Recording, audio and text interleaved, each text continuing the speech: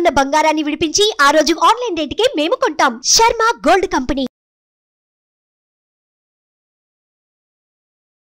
నమస్కారం, నేను మీ జాహ్నవి. ప్రస్తుతం మనం ఎవరితో ఉన్నామో తెలుసా? కలియుగ నారద మహాముని, ప్రవచన వాచస్పతి, వేద వేదాంగ పారంగతులు, త్రిభాషా సహస్రావధాని, భాగవతోత్తములు, అభినవ సుఖబ్రహ్మ, ప్రణవ పీఠాధిపతి, పూజ్య గురువులు బ్రహ్మశ్రీ వద్దిపర్తి పద్మాకర్ గురువు గారితో దాదాపుగా సంవత్సరం తర్వాత మళ్ళీ నాకు ఈ అవకాశం దక్కింది. సో దక్కడమే ఆలస్యం. ఖచ్చితంగా మరి ఎంతో చక్కగా ప్రజల కోసం, ప్రజాహితం కోరి, ప్రజలు శ్రేయస్సు కొరకు ఎంతో అద్భుతమైన విషయ పరిజ్ఞానాన్ని ఎప్పటికప్పుడు గురువుగారు అందిస్తూ ఉంటారు కదా. మరి మనం కూడా చక్కటి అంశాలని ప్రతి ఒక్కటి డీటెయిల్గా గురువుగారి మాటల్లో తెలుసుకుందాం. నమస్కారం గురువుగారు. చాలా సంతోషం గురువుగారు. దాదాపుగా సంవత్సరంన్నర తర్వాత మళ్ళీ నాకు ఈ అవకాశం దక్కింది. నిజంగా ధన్యురాలని. థ్యాంక్ యూ సో మచ్ ఈ అవకాశం ఇచ్చినందుకు. అయితే గురువుగారు, ఇప్పుడు వెంటనే వారాహి గుప్త నవరాత్రులు ప్రారంభమవుతున్నాయి. మరి ఈ వారాహి నవరాత్రుల విశిష్టత ఏమిటి? వాటిని ఏ విధంగా జరుపుకోవడం అందరికీ మంచిదంటారు? ఓం సర్వచైతన్య రూపాం తాం ఆద్యాం విద్యాంచ ధీమహి బుద్ధిం యా నః ప్రచోదయాత్ సృష్టౌ యా సర్గరూప జగదవన విధౌ పాలినీ యా చ రౌద్రీ సంహారే చాపి యస్య జగదిదమఖిలం క్రీడనం యా పరాఖ్య పశ్యంతి మధ్యమాథో తదను భగవతి వైఖరీ వర్ణరూప సాస్మద్వాచం ప్రసన్నా విధిహరిగిరిచారాధిత అలంకరోతు. అమ్మవారి గురించి అడిగారు కాబట్టి అమ్మకి నమస్కారం చేసుకుందాం. వారాహి అనే పేరుతోటి అమ్మవారు రెండు శక్తులుగా మన పురాణాల్లో మంత్రశాస్త్రాల్లో కనపడుతున్నది. అందులో ఒకటి సప్తమాతృకలలో ఒకటి. మాతృకలు అంటే తల్లి రూపంలో మనల్ని రక్షించువారు. అందులో వరుసగా ఈ వారాహి, మాహేంద్రి, చాముండ వీళ్ళంతా కూడా సప్తమాతృకలు. బ్రాహ్మి, మాహేశ్వరి, కౌమారి, వైష్ణవి, వారాహి, మాహేంద్రి, చాముండ ఈ ఏడుగురిని ఏమంటారు? సప్తమాతృకలు అంటారు. అందులో వారాహి అని ఒక మాతృక ఉన్నది. ఈవిడ మనందరికీ తల్లి. ఈ రూపంలో మనల్ని చాలా ప్రేమగా చూస్తుంది. గృహాన్ని ఇవ్వడం కోసం ప్రత్యేకంగా ఆవిడ ఆవిర్భవించింది. గృహం అంటే రెండు రకాలు, కొంచెం స్పష్టంగా అందరికీ అర్థమయ్యేలా చెప్పుకుందాం. మన శరీరాన్ని గృహం అంటారు. ఏమంటారు? గృహం. ఇదం శరీరం కౌంతేయ క్షేత్రమిత్యభిధీయతే అని కృష్ణుడు కూడా చెప్పాడు. ఇదో క్షేత్రం, ఇదొక మందిరం. అసలు ఇల్లు అంటూ ఉంటే కదా అందులో మనం ఉంటాం. మన శరీరం అనే ఇంట్లో ఆత్మ అనేటటువంటి ఒక జీవి ఉన్నాడు. కాబట్టి శరీరాన్ని గృహంతో పోల్చారు. ఇది కాకుండా శరీరం ధరించాక మనం ఉండడానికి 4 గోడలు, తలుపులు, కిటికీలు ఉన్నటువంటి ఇల్లు ఒకటి కావాలి. ఈ రెండు ఇచ్చి, అంటే ఇటు శరీరము ఇచ్చి, ఆ శరీరంతో ఉన్నవాడు సుఖంగా బ్రతకడానికి కావలసిన ఇల్లు ఇచ్చి రక్షించడం కోసం ఆవిర్భవించిన దివ్యశక్తి వారాహి. ఇక రెండవసారి ఆ తల్లి మరొక రూపంలో కూడా ఆవిర్భవించింది. ఆవిడే వారాహి అనే పేరుతో లలితా పరాభట్టారికకి సేవ చేసే అమ్మవారు. లలితా సహస్రనామంలో కిరిచక్ర రథారూఢ దండనాథ పురస్కృత అని ఒక నామము, విశుక్ర ప్రాణహరణ వారాహి వీర్యనందిత అనే ఒక నామము, 2 నామాలు ఉన్నాయి కదా. ఇవి 2 ఏక సమాసనామాలే. అందులో వారాహి అనే పేరుతో ఒక అమ్మవారు ఉన్నది. లలితాదేవి భండాసురుడు అని పేరు కలిగిన ఒక వ్యక్తిని చంపడానికి వెళ్ళింది. భండు అని పేరు కలిగిన అసురుడు, రాక్షసుడు. రాక్షసుడిని చంపడానికి అమ్మవారికి సైనికులు చాలామంది ఉన్నారు. ఆ సైనికులకి నాయకత్వం వహించే వాళ్ళని సంస్కృతంలో స్త్రీనైతే నాయిక అనాలి, నాయకి అనకూడదు. తెలియక రంగనాయకి అని పాటలు పాడుకుంటున్నారు కానీ నాయకి కాదు, నాయిక. మగవాడైతే నాయకుడు, స్త్రీ అయితే నాయిక. ఆ నాయికని దండనాథ అని కూడా పిలుస్తారు. ఆవిడే ఈ వారాహి. తెల్లని వరాహ రూపంలో ఉంటుంది. మంచి కోరలు ఉంటాయి. గద, శంఖం, చక్రం కూడా ధరిస్తుంది. ఆ తల్లి ఒక గొప్ప రథం ఎక్కి రాక్షసుల్ని సంహరించడానికి లలితాదేవికి సాయంగా వెళ్ళింది. ఆవిడ పేరే వారాహి. విసుక్రుడు అని పేరు కలిగిన భండాసురుడి యొక్క మంత్రిని చంపింది ఆవిడ. అలా చంపడం కోసం ఆవిర్భవించిన తల్లి ఎప్పుడు ఆవిర్భవించింది? ఆషాఢమాసంలో శుక్లపక్షంలో పాడ్యమి నాడు, అనగా పాడ్యమినే సంస్కృతంలో ప్రతిపత్తి అని కూడా పిలుస్తారు. ఆ ప్రతిపత్తి తిథి నాడు పుట్టింది. కాబట్టి ఎప్పుడైనా ఆషాఢమాసం మొదటి తిథి నాడు ఈ వారాహి దేవత ఆవిర్భావ దినము గనుక ఆ రోజు నుంచి వరుసగా 9 రోజులు ఆవిడని పూజించారు. ఆవిడ మన శరీరంలో 9 రంధ్రాలు ఉన్నాయి. ఆ 9 రంధ్రాల్లోనూ కొలువై ఉండి మన శరీరాన్ని ఆరోగ్యంగా కూడా ఉంచుతుంది. ఏమేంటి ఆ 9 రంధ్రాలు? కళ్ళు 2, ముక్కు రంధ్రాలు 2, చెవి రంధ్రాలు 2. అవునా? ఇటో చెవి ఇటో చెవి. అక్కడికి ఎన్ని అయ్యాయి? 3 రెళ్ళు 6. నోరు 7వది. మలమూత్ర స్థానాలు ఒక 2. అక్కడికి 9 రంధ్రాలు అన్నమాట. మళ్ళీ ఇంకోసారి గుర్తుపెట్టుకోండి. ముక్కులు, కళ్ళు, చెవులు 3 రెళ్ళు 6, 7 నోరు, 8 మూత్రస్థానం, 9 మలద్వారం. ఈ 9 రంధ్రాల్లో ఏదో ఒక రంధ్రం నుంచే ప్రాణం బయటికి పోతుంది. లోపలికి 9 రంధ్రాలు కూడా వస్తుంది, కానీ పోయేటప్పుడు ఒక్క రంధ్రం నుంచే ప్రాణం పోతుంది.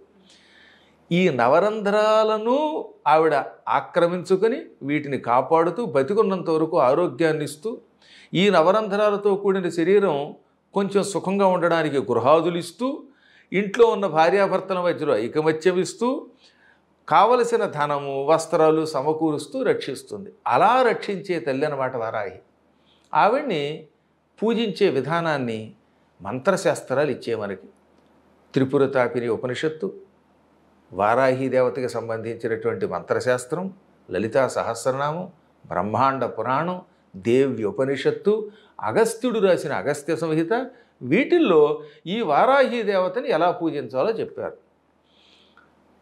ఆషాఢమాసంలో పాడ్యమి మొదలుకొని 9 రోజుల పాటు అమ్మవారిని పూజించాలి. పూజించేటప్పుడు పాడ్యమి నాడు తెల్లవారుజామున లేవాలి, సూర్యోదయానికి ముందు లేవాలి. పూర్వం అందరూ అలా లేచేవారు. ఇప్పుడంటే వాట్సాప్లు సీరియల్స్ వచ్చాక రాత్రి 12 దాకా మెలకుగా ఉండి వాటిని చూసి చూసి కళ్ళు వాచిపోవటం వల్ల పొద్దున్న పెందలాళ్ళే 10ంటికి లేస్తున్నారు. అలా లేవకుండా కాస్త తెల్లవారుజామున లేచి తలారా స్నానం చేసి విభూతి ధరించి, లేదా సంప్రదాయం వైష్ణవ సంప్రదాయం అయితే ఊర్ధ్వపుండ్రాలు ధరించి, ఆ 2 లేకపోతే ఒకవేళ బొట్టైనా పెట్టుకుని అమ్మవారిని పూజించాలి. అమ్మవారికి వారాహి రూపంలో ఉన్నటువంటి పటం కానీ విగ్రహం కానీ పెట్టుకోవాలి. అవి కాకుండా ఇంకా నిష్ఠగా ఉపాసించాలనుకుంటే శ్రీచక్రం పెట్టుకోవాలి. ఎవరైనా పెట్టుకోవచ్చు స్వామి? ఎవరైనా. విధవా సధవా చాపి అని అగస్త్యుడే చెప్పాడు. అనగా విధవలు చెయ్యొచ్చు, భర్త లేనటువంటి వాడు. విధవ, ధవ అంటే భర్త అమ్మాయి. విధవ అంటే ఏమి తప్పుడు అర్థం కాదు. ధవ అంటే ఏమిటి అర్థం? భర్త. ధవుడు లేడు కనుక భర్త వెళ్ళిపోయాడు కనుక ధవ, వెళ్ళిపోయిన భర్త గలవాడు, వికల్పమైన ధవుడు గలవాడు అని అర్థం. అందుకంటే లేదు, భర్త గారు పోయారు, ఆవిడ విధవ అన్నారు. సధవ, భర్త కలిగిన ఆవిడ. వాళ్ళు ఎవరైనా చెయ్యొచ్చు. పెళ్ళైన వాళ్ళు, పెళ్ళి కానివాళ్ళు, వృద్ధులు, పొడుచువాళ్ళు అందరూ చేయొచ్చు. అలాంటి పొడుచువాళ్ళు చేయొచ్చు, మీలాంటి ముసలాళ్ళు ఎవరైనా ఈ వ్రతానుష్ఠానం చేసుకోవచ్చు. ఆ శ్రీచక్రానికి షోడశ ఉపచారాలు ఉన్నాయి కదా వరుసగా. ధ్యానం, సమర్పయామి, ఆవాహయామి, వీటిని చెయ్యండి. గంధం తప్పనిసరిగా ఇవ్వాలట. ఎందుకంటే వారాహి దేవత పాపాలు తొలగించి పుణ్యం ఇచ్చి తద్వారా సంపదలు ఇస్తుంది. పుణ్యం కావాలంటే గంధం ఇవ్వాలి. పుణ్యో గంధ. మంత్రశాస్త్రంలో కూడా గంధాత్ పుణ్యం అవాప్స్యసి త్వం, నీవు గంధాత్, గంధము వలన అంటే గంధము సమర్పించడం వలన పుణ్యమును అవాప్స్యసి, పొందుతున్నావు అన్నారు. పుణ్యం రావడం కోసం గంధం అరగదీసి వెయ్యాలి, పొడి కాదు. ఏదో రకరకాల డబ్బాల్లో ఉన్న పొడులు తీసుకురావడం కాకుండా గంధం చెక్కతో కష్టపడి సాన మీద అరగదీసి ఆ గంధం సమర్పించాలి. ఆ తర్వాత 2 మంత్రములను అనుష్ఠానం చేయాలి. ఆ అనుష్ఠానం లోపల చేస్తాం కాబట్టి గుప్త నవరాత్రులను కూడా పిలిచారు. గుప్త నవరాత్రులు అంటే ఎవడికి తెలియకుండా రహస్యంగా కట్టే పెట్టారు, ఎవడో ఏం చేయకూడదని కాదు. అక్కడ మంత్ర అనుష్ఠానం గుప్తంగా ఉండాలి. అబ్బే, తంత్రం అంటే ఏమిటి? తంత్రం అంటే ఎందుకో చాలామందికి తెలియక సంస్కృతం రానటువంటి వాళ్ళంతా ఈ మధ్యన పురాణాలు చెబుతున్నారు. ఎవడబడితే వాడు వారాహి దేవత గుప్త నవరాత్రులు అని హడలెత్తించడం. తంత్రం అంటే వేదంలో చెప్పబడినటువంటివి. వేదములు అపౌరుషేయాలు, ఎవరూ చెప్పలేదు, అవి తమంత తాము సంకలనం చేయబడ్డాయి. తంత్రం అనగా శివుడు కానీ విష్ణువు కానీ లేక మహానుభావులైన వేదవ్యాసుడు అగస్త్యుడు మొదలైన వాళ్ళు రచిస్తే దాని తంత్రం అంటారు. ఇప్పుడు వామకేశ్వర తంత్రం అంటే ఏమిటి? శివుడు పార్వతికి చెప్పాడు. అందువల్ల త్రిమూర్తులు దేవతల చేత రచింపబడినటువంటి ఉపాసనా విధానములు తంత్రములు. ఎవరి చేత రచింపబడకుండా తమంత తాము ఆవిర్భవించాయే భగవంతుని శరీరం నుంచి, అవి అపౌరుషేయాలు, పురుషుని చేత చెప్పబడనవి మంత్రములు. కాబట్టి మంత్రం అంటే రచింపబడనివి, రచింపబడినవి తంత్రములు. వాటిని రాగిరేకులో లేకపోతే పంచలోహాల్లోనో పెడితే యంత్రములు అన్నారు. ఇది మంత్రతంత్ర యంత్రాలు అంటే. ఇంకా అక్కడి నుంచి వాడు తాంత్రికుడు అంటే అదేదో భూతప్రేత పిశాచాలు వెంట వెళ్ళేవాడి కింద ఓ ప్రొజెక్ట్ చేసేసి సగం సినిమా వాళ్ళు సగం మీడియా వాళ్ళు అందరూ కలిసి పాడు చేశారు. ఇలా అనడం వల్ల మనకు వచ్చే నష్టం లేదు. దానికి తోడు ఈ మధ్యకాలంలో ఎవడు పడితే వాడు తయారయ్యి నిమ్మకాయ నెత్తి మీద పెట్టుకో, కంటి మీద మిరపకాయలు పెట్టుకో, ఇవన్నీ తయారైపోవడం వల్ల భయం కలిగించారు వీటిని. అవన్నీ ఉట్టి అబద్ధాలు. హాయిగా శ్రీచక్రం అనే యంత్రం మీద రహస్యముగా మంత్రానుష్ఠానం చేస్తూ బిల్వపత్రాలు లేక పువ్వులతో పూజ చేయండి. ముఖ్యంగా మారేడాకులతో పూజించాలి. 2 మంత్రములు ఈ వారాహి దేవతకి ప్రీతిపాత్రమైనవి. అందులో ఒక మంత్రం ఓం హ్రీం శ్రీం క్లీం వసుధాయై నమః. ఇది వసుధా మంత్రం. దేవీ భాగవతం 9వ స్కంధంలోనూ బ్రహ్మవైవర్త పురాణంలోనూ ఈ మంత్రం ఉంటుంది. ఈ మంత్రం ముందు 108 సార్లు జపం చేస్తూ మారేడాకులు వెయ్యాలి. మారేడాకులు సంస్కృతంలో బిల్వపత్రాలు అంటారు. ఈ ఆకులతో పూజ చేశాక ఏ రోజుకో రోజు ఆకులు మళ్ళీ పక్కన తీసి పెట్టాలి. ఎండిపోయిన ఆకులను ఆఖరి రోజు యజ్ఞంలో వాడచ్చు, లేదా సొంత పొలాలు ఉంటే పొలాల్లో వేసేయండి. పొలాలకు పంటకి బాగా పనికొస్తుంది. ఇది ఎరువుగా ఉపయోగపడుతుంది. దీనివల్ల పంటలు బాగా పండుతాయి. లేదా దొడ్డి ఉంటే పెరట్లో దాన్ని గొయ్యి తవ్వి పాతి పెడితే అది భూమిలో కలిసిపోతే ఆ ఇంటికి ఉన్న వాస్తు దోషాలు పోతాయి. ఇంక ఏమీ దొరకకపోతే వాటి భస్మం చేసేసి విభూతి పెట్టుకోండి. ఇక 2వ మంత్రం లలితా సహస్రనామంలో వారాహి దేవతకి సంబంధించిన మంత్రం ఉన్నది. ఓం ఐం హ్రీం శ్రీం విశుక్ర ప్రాణహరణ వారాహి వీర్యనందితాయై నమః. అందులో వారాహి దేవత యొక్క పరాక్రమానికి అమ్మ ఆనందపడిందిట. విశుక్రుడు అనే రాక్షసుణ్ణి ఈ వారాహి దేవత సంహరించింది. సంహరించడంతో జగదంబ లలితకి ఆనందం కలిగింది. అందుకని ఆవిడ నేను ఎంతో ఆనందపడ్డాను ఈ పరాక్రమానికి అంది. అదొక నామం అయ్యింది. ఈ నామాన్ని 108 సార్లు జపం చేయాలి. ఇందాక చెప్పిన దాంతో కానీ దీంతో కానీ మొత్తం మీద బిల్వపత్రాలతో పూజించండి. అన్నం అంటే పులిహోర దధ్యోదనం ఇలాంటి అన్నాలు కానీ లేదా పానకం కానీ నివేదన చెయ్యండి. తీర్థంగా తీసుకోండి, మీరు తినండి, ఇతరులకు పెట్టండి. పిల్లలకి పెడితే ఇంకా మంచిది. ఇంకా గుప్తంగా నవరాత్రులను ఎందుకన్నారంటే డబ్బా కొట్టకూడదట. ఏమండో మేము ఎలా చేసాం అలా చేసామని ఇతరుల దగ్గరికి వెళ్ళి మేము బాగా చేసామని తమ ప్రతిభని చాటుకోకూడదు. తాము చేస్తున్న ఉపాసన ఇతరులకు తెలిస్తే తప్పు లేదు, కానీ మేము బాగా చేసాము గొప్పగా చేసాము అని పబ్లిసిటీ కోసం చెయ్యొద్దు అన్నాడు. అందుకని గుప్త నవరాత్రులు అన్నారు. ఇక ఈ నవరాత్రుల యొక్క ఫలితం అంతా ఎంత కాదు. మీరు కావాలి అంటే ఫలితాలు కూడా చెబుతాం. ఫలితం తెలుసుకుని చేస్తే ఇంకా ఆనందంగా ఉంటుంది. 1 మీకు సొంతిల్లు కావాలనుకుంటే ఈ 9 రోజులు భక్తి శ్రద్ధలతో ఇప్పుడే చెప్పినట్టు చెయ్యండి. చేసేటప్పుడు ముందు ప్రారంభంలో చెప్పాను కదా ఓం హ్రీం శ్రీం క్లీం వసుధాయై నమః. ఇది నేను చెప్పాను కాబట్టి చేసుకోండి, ఇబ్బంది లేదు. అది చెయ్యొచ్చని వ్యాసుడే చెప్పాడు. వ్యాసుడు చెప్పాక చెయ్యొద్దు అనడానికి ఎవరికి అధికారం లేదు. కొంతమంది అజ్ఞానులు అయ్యయ్యో మంత్రాలు బయట పెట్టేస్తున్నారండి అంటే మంత్రం బయట పెట్టకపోతే ఎలాగా? కొన్ని సమయాల్లో కొన్ని మంత్రాలు చెప్పాలి. ఆనాడు మహానుభావుడు భగవద్ రామానుజాచార్యులు వారు అష్టాక్షరీ మంత్రాన్ని సాక్షాత్తు శ్రీరంగంలో గోపురం నుంచి చెప్పబెట్టి కదా కొన్ని కోట్ల మంది తరించారు. ఆ మంత్రం బయట పెట్టడం వల్ల నరకం వస్తే నరకమైన అనుభవిస్తాను తప్ప మంత్రం ఇవ్వకుండా ఉండను అన్నాడు ఆయన. అది గొప్ప గురువులు చేసే పని. కాబట్టి ప్రజల్ని రక్షించడానికి కొన్ని సమయాల్లో అందులోని మీలాంటి వాళ్ళ నోటి నుంచి వినడం అది గృపదేశం. నిజంగా మాలాంటి వాళ్ళకి చాలా మంచిది. తప్పనిసరిగా ఆ మంత్రం చేసుకోండి. కాస్త శుచిగా చేసుకోండి, భక్తితో చేసుకోండి. ఈ దిక్కుమాల వాళ్ళు కొంతమంది ఉంటారు ఎప్పుడు కాసు కూర్చుందామా అని. మీరు చెప్పిన మంత్రానికి చింతకాయలు రాలుతాయా అని ఎవడో దిక్కుమాలనాడు ఒక కామెంట్ పెట్టాడు అనుకోండి. చింతకాయలు ఎందుకు రాలుతాయి? చింతలు రాలుతాయి. వాడికి మాత్రం వారాహి దేవత కోరతో దెబ్బ కొడుతుంది వస్తాడు దిక్కుమాలాడు. అసలు వాళ్ళు ఎందుకంటే చూడడం?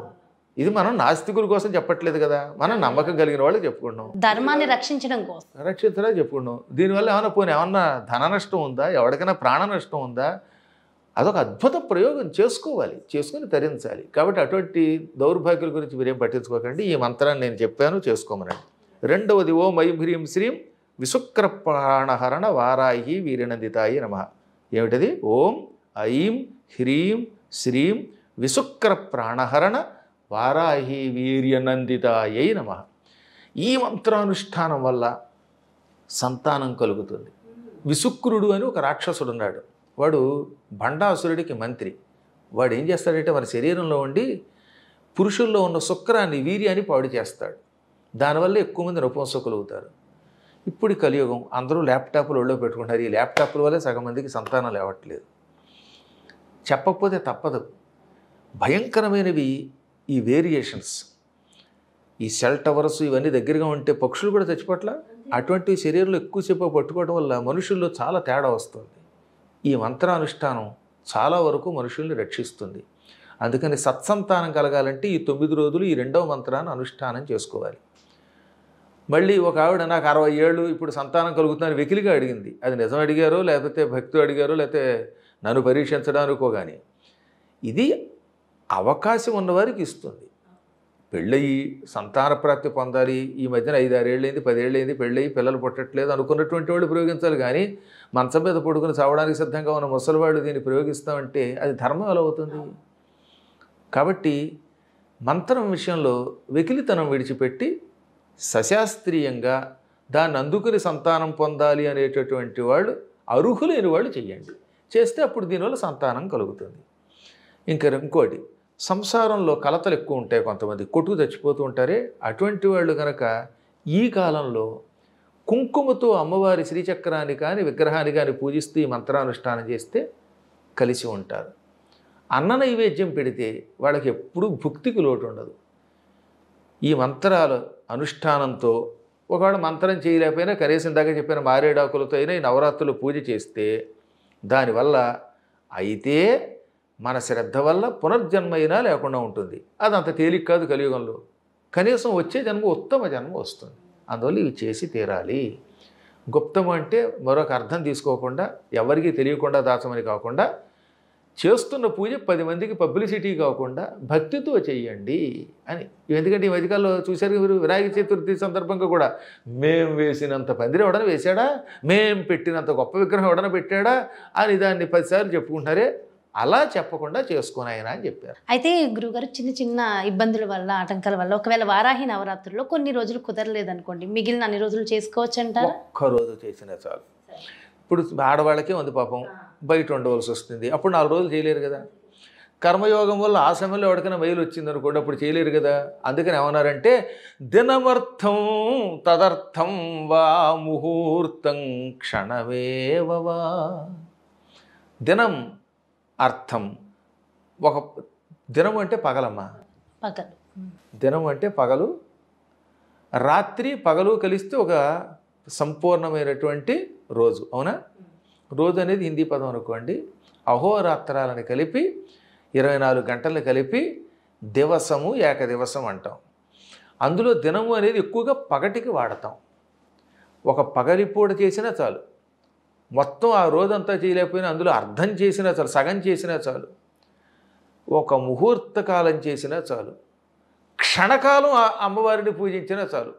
గుప్త నవరాత్రులు ఒక క్షణమేవవా అన్నాడు. అంటే కన్ను మూసి తెరిచేలోపు అమ్మవారిని ఒకసారి దర్శనం చేసుకుని పూజించినా ఆ మాత్రానికి కూడా అమ్మ సంతోషిస్తుంది. కాకపోతే ఒకటి గుర్తుపెట్టుకోండి, అమ్మవారి పటం పెట్టుకునేటప్పుడు అమ్మవారు తెల్ల రూపంలో ఉండాలి. వారాహి రూపం ఉంటుందా, ఆ వరాహ రూపమే, ఆ రూపంలో తెల్లని రంగుతో ఉండాలి. కొంతమంది శ్యామల వర్ణం వేస్తున్నారు. తెలియక శ్యామ వార్తాళీ సేవిత అని ఒక నామం ఉన్నది. ఈ వారాహి దేవత వార్తాళి అని కూడా ఒక రూపం ధరిస్తుంది. ఇవన్నీ దండనాయిక యొక్క రూపాలు. ఈవిడ శ్యామ అని ఉంది. శ్యామ అంటే తెలియక శ్యామల వర్ణం అనుకున్నారంట. అంటే బీలాగా ఆకుపచ్చ రంగులో ఉందే ఆ వేసుకున్న వస్త్రం, ఆ రంగులో ఉంది అమ్మవారు అనుకున్నారట. నిజానికి అమ్మవారు శ్యామ తప్ప శ్యామల కాదు. శ్యామలము అంటే పొలములు కొద్దిగా ముదురుతూ ఉంటాయి కదా, ఆ వరి పంట చూశారుగా, అది మరీ లేతగా కాకుండా మరీ కొయ్యడానికి వచ్చేటప్పుడేమో బంగారపు రంగులోకి వచ్చేస్తుంది. అలా కాకుండా మధ్యలో కొంచెం ముదురుతున్నప్పుడు ఉండేటటువంటి ఆకుపచ్చ రంగుని శ్యామల వర్ణం అంటారు. ఆ వర్ణ కాదు, శ్యామ అనగా సంస్కృతంలో శ్యామ యౌవన మధ్యస్థ. 16 ఏళ్ళు దాటి 30 ఏళ్ల వయస్సుని యౌవనం అంటారు. ఆ మధ్యలో ఉంది అంటే అర్థం ఏంటనమాట, 16కి 30కి మధ్యలో ఉంది. ఇంచుమించుగా 30 ఏళ్ల లోపు ఉండి మంచి నవయౌవనంలో అడుగు పెడతారు కదా, ఆ యౌవనంలో ఉన్న స్త్రీని ఏమంటారు, శ్యామ. ఇది సంస్కృతం యొక్క నిర్వచనం. శ్యామ యౌవన మధ్యస్థ, యౌవన మధ్యంలో ఉన్నది.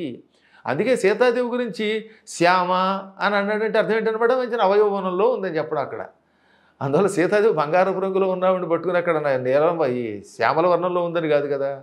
కాబట్టి విగ్రహం తయారు చేసుకునేటప్పుడు తెల్లని వరాహ రూపంతో ఉంటుంది. అయితే ఈ ఫోటో వారాహిదేవి అమ్మవారిది ఎప్పుడు ఉండొచ్చు? ఎప్పుడూ ఉండవచ్చు. ఆవిడ ఎప్పుడు మన ఇంట్లో అసలు సప్తమాతృకులు ఉండాలి. మా పీఠంలో అందుకే సప్తమాతృకులు చుట్టూ ఉంటారు.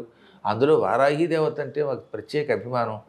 ఎందుకంటే ఆ తల్లి దివ్యశక్తి అంతా ఎంత కాదు, మనలో యజ్ఞశక్తిని ఇస్తుంది, జ్ఞానశక్తిని ఇస్తుంది, సహనం ఎక్కువ ఉంటుంది. చాలా చాలా చాలా సంతోషం గురువుగారు. ముఖ్యంగా వారాహి నవరాత్రులకు సంబంధించి ప్రతి ఒక్క సందేహాన్ని నివృత్తి చేశారు. Thank you so much. నమస్కారం.